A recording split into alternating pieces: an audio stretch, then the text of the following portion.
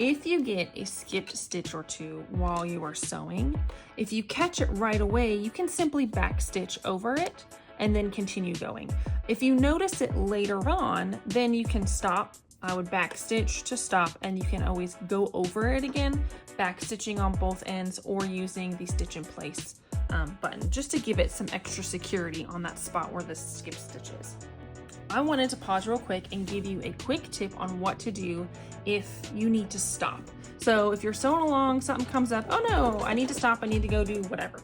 You absolutely can. You do not have to set out, however many hours to finish your whole project in one go. Or, for example, if your bobbin runs out or your thread runs out, what do we do in that situation? Wherever I'm at, I'm gonna back stitch 2 or 3 stitches, or if you have the stitch in place, that is also a great tool you can use to just secure it. And then I'm gonna go ahead and cut it.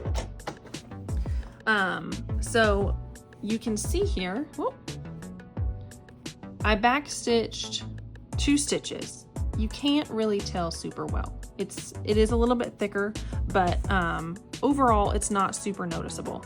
When I go to start again, I have had times where my zigzag didn't quite line up. And when you're looking up close, you can see that, but it is also pretty simple to make sure that your zigzag does line up. So after, you fix your bobbin or your thread or whatever, you come back to sew when you're ready to start. So I just look at my machine. It is on the left. I know that it's gonna start on the left. I'm gonna go back beyond where I stopped. So I stopped here, I'm gonna go back a couple stitches, especially if the case was that I ran out of thread and I wasn't able to back stitch. Then I definitely wanna make sure that I go back a couple just to really secure it in. So I'm gonna go back a few, I'm gonna line up the left stitch with where my needle is so that when it starts, hopefully, boop, it will start right on there. 1 stitch, I'm gonna back stitch that one. I'm gonna stitch in place 2 times, and then I'm gonna keep going. When I do our finishing video, I'm also gonna show you an extra step that I take on the back to help kind of secure any of those start and stop spots. As your curves get wider, it's going to get easier and easier to go around the corners. You can keep pinning if that is the easiest thing for you, absolutely. But the wider the curves are, really the easier that it gets to follow that curve around. You can see that I am still bunching, again, not pushing it into the strip before, but just bunching it so that the outside of the strip that I'm holding stays nice and smooth. And just working my way, again, nice and slowly, work your way around, just bunch it a little bit to keep that outside edge flat.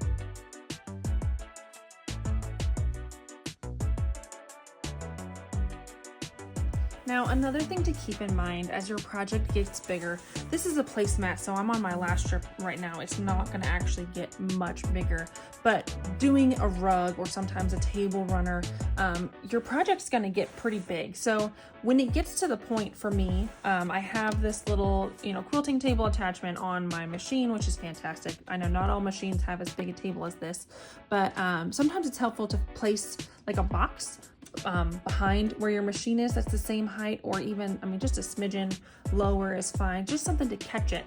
As your project is getting bigger, it's also going to get heavier, so the farther it's going out to the side, the more it is going to be pulling on your machine. So you really want to make sure with your left hand you're helping to kind of raise and guide so that your machine itself isn't having to pull all that weight of the whole rug up and through the machine. That's going to give you some issues and really wear on your machine in a ways that your machine doesn't necessarily need that.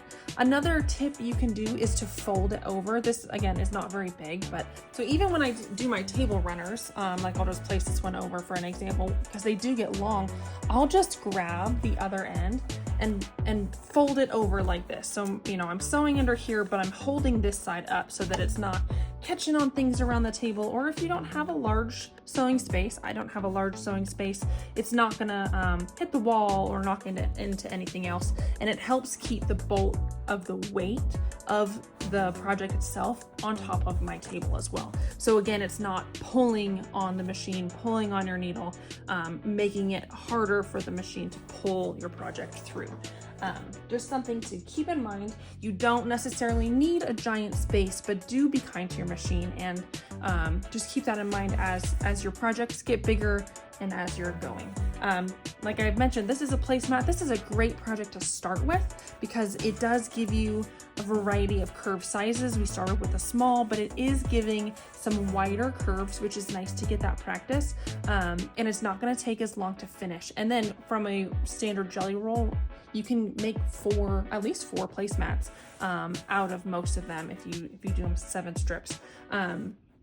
Or, you know, you can do less strips and get a couple more. So keep those things in mind while you're sewing your rugs. Another thing that I want to point out, so when I get going, sometimes I lose my mind a little bit and my mind tends to wander. You can see this spot right here where I didn't quite catch that second rug, or the second rope.